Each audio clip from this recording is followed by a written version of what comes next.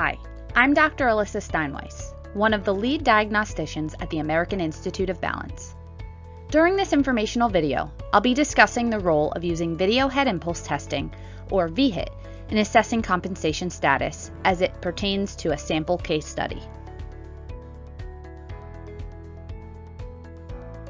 Before we dive in, I'm going to review just a few key points on VHIT. VHIT is a quick test of peripheral vestibular function. This test has the capability to assess the function of all 6 semicircular canals somewhat independent of each other, and give information regarding both the superior and inferior branch of the vestibular nerve. Most commonly, patients come into the clinic with difficulty turning their head laterally, and for that reason, I'm going to speak during this video exclusively about rightward and leftward head impulses. VHIT uses the vestibular ocular reflex, or VOR, to assess peripheral vestibular function. In a perfect world, the head and eye movements should be completed in a 1-to-1 ratio, so that the distance of the head off midline should be equal and opposite to the distance of the eyes off midline. Let's just all get on the same page here and look at the right side of this slide. The black lines, or the black tracings, are the eye movement, and the gray tracings are the head movement. There are 3 positions that are documented here on the head movement so that we understand what we're looking at. Number 1 is the start of the head impulse. Number 2 indicates the peak speed of the head acceleration. And position 3 indicates when the impulse of the head stops. So now we understand the timing and what's being plotted during a video head impulse. And so now that we know what a normal VOR response looks like, right? This is that 1-to-1 relationship. We're seeing that the head and the eyes are moving in equal and opposite directions. Let's talk about what a dysfunctional VOR would look like. In patients with a unilateral vestibulopathy, VOR dysfunction occurs on the side of the lesion. In order to successfully assess that VOR dysfunction by using VHIT testing, we have to look at the VHIT test by looking into 2 key components. The first key component is the gain of the eye movement.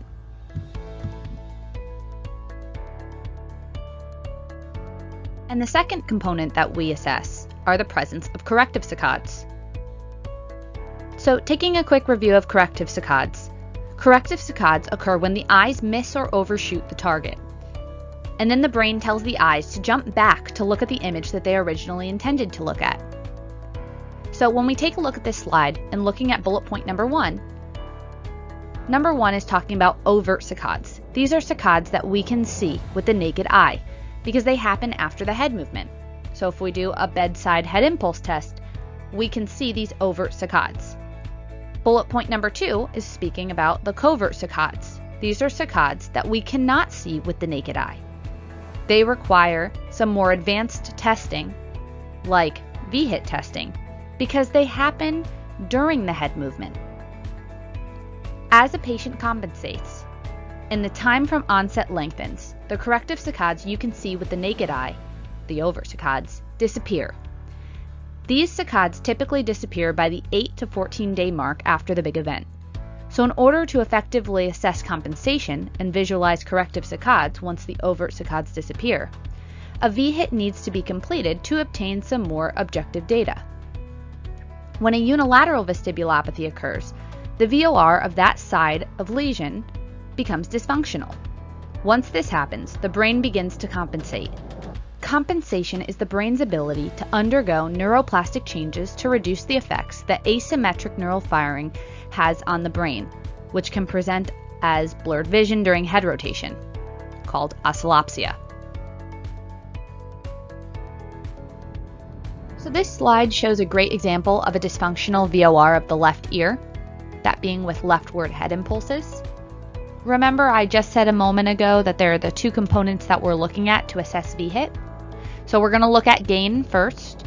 I'm going to highlight in purple the head impulse with the leftward head impulse. There we go. And then in green, I'm going to trace over the eye movement. with the leftward head impulse. Now, just by looking at this figure, just by looking at these tracings, you can see that there's not that equal and opposite 1-to-1 ratio, as there seems to be with the rightward head impulse. Also, looking at this velocity regression graph, you can see the actual numbers of gain. So I'm going to circle this 0.31. Here at the Institute, we use the value of less than 0.8 is abnormal gain. And also there is significant asymmetry of 42%. Additionally, with our reduced gain, there is a presence of corrective saccades in this case. You can even see the vast difference between this leftward head impulse and this rightward head impulse. So just that we're all on the same page, corrective saccades occur over 100 in velocity, and then they occur before about 390 to 350 milliseconds. So I'm going to box this out as well. So yes, in this VHIT tracings, we're seeing a reduction of the VOR, or a reduction in gain, and a presence of corrective saccades. So in performing lateral canal impulses, we're testing and using the VOR to assess the horizontal canals, the right and left horizontal canals, and the right and left superior branch of the vestibular nerve, by moving the patient's head in unpredictable, quick velocity, small amplitude movements to the right and to the left. Now, to help you better understand the importance of VHIT, I'm going to give you a quick example of a sample patient. A 55-year-old female comes into your clinic and reports an onset of vertigo lasting 2 hours. This occurred 3 weeks ago. Today, the patient reports vision blurring when quickly turning her head to the left. She reports that her symptoms have been getting better since the original vertiginous event, and she denies any hearing loss. So just from hearing this very brief patient history, we're suspecting a unilateral vestibulopathy, likely vestibular neuritis. You then decide, okay, I'm going to complete my comprehensive vestibular evaluation, including postural testing, the GANS SOP, video nystagmography or VNG, rotary chair testing, and calorics.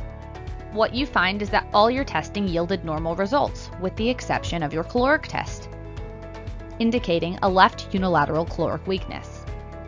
So from this sample case, what do you know about your patient's compensation status? Well, you know that the patient is compensated up to approximately 2 Hz, based on the fact that the high-frequency headshake, which was completed during your VNG testing, is the highest frequency test you've completed to this point, and it yielded normal findings. There was no post-headshake nystagmus.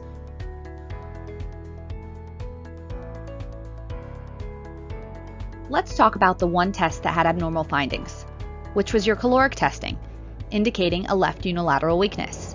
This result is typically a permanent finding and does not improve due to compensation, because compensation occurs in the brain.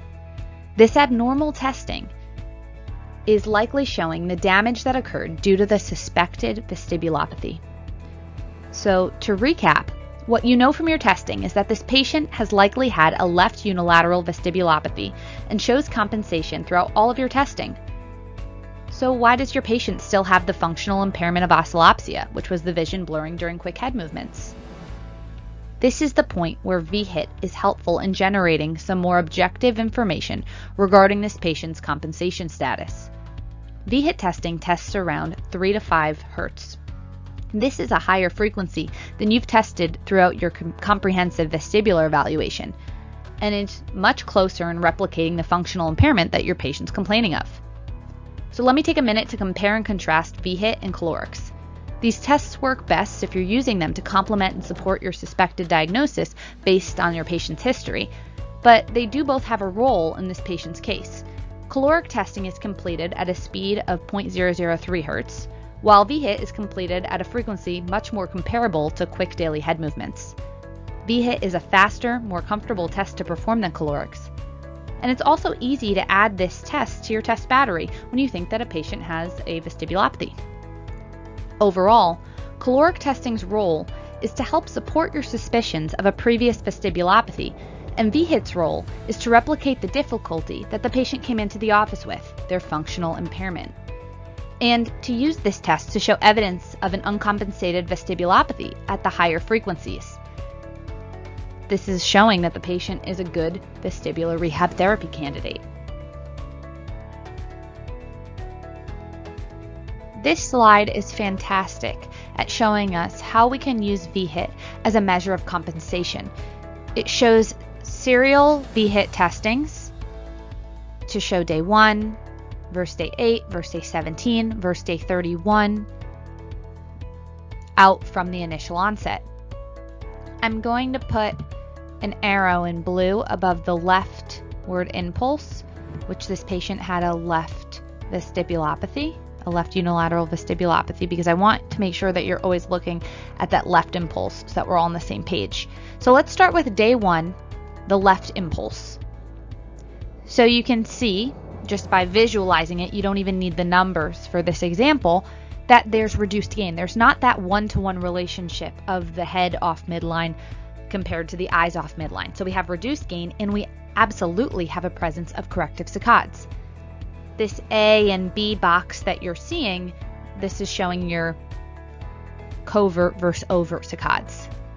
Then moving out to 8 days out from the original event, we can see that the difference between day 8 and day 1 is that day 1, the corrective saccades were chaotic, disorganized. And then by day 8, right, the patient's experiencing some improvement of their symptoms, they can move a bit more, and you're seeing that these corrective saccades go from disorganized or chaotic to organized, and they come together. Now there's still reduced gain at this time. Then we get out to day 17 in this patient. The gain is improving a bit, still reduced, but it's improving, and the corrective saccades are shrinking. So the corrective saccades go from day 1, where they're chaotic everywhere, they're spread out, to day 8, where they're coming together, they're getting organized, to day 17, where the corrective saccades are shrinking. And these patients typically say that, it seems like I've been getting better and better, a little bit better every day. And then by day 31, with this particular patient, the gain is back to normal, and there's no presence of corrective saccades. And at this point in time, day 31, this patient had no residual symptoms. They had full amelioration of their oscillopsia. So this is how we can use VHIT as a measure of compensation. It's also showing how we can use VHIT as a pre-post outcome measure. That I want you to take out of today's informational video is if you have a patient that presents with symptoms that lead you to believe that they've had a unilateral vestibulopathy, and they present with the functional complaint of oscillopsia, conducting a VHIT is vital. The combination of patient-reported residual dizziness and reduced gain with corrective saccades present makes you, the clinician, even more confident that this patient would be a great vestibular rehab therapy candidate. It's important that we remember that we can't just rely on one test to tell us everything that we need to know.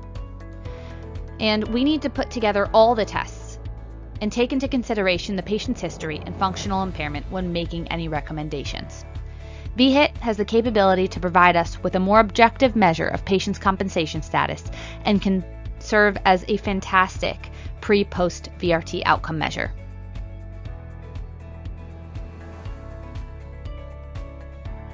Thank you for listening. If you want to learn more, please make sure to check out dizzy.com/workshops or Dr. Gann's blogs.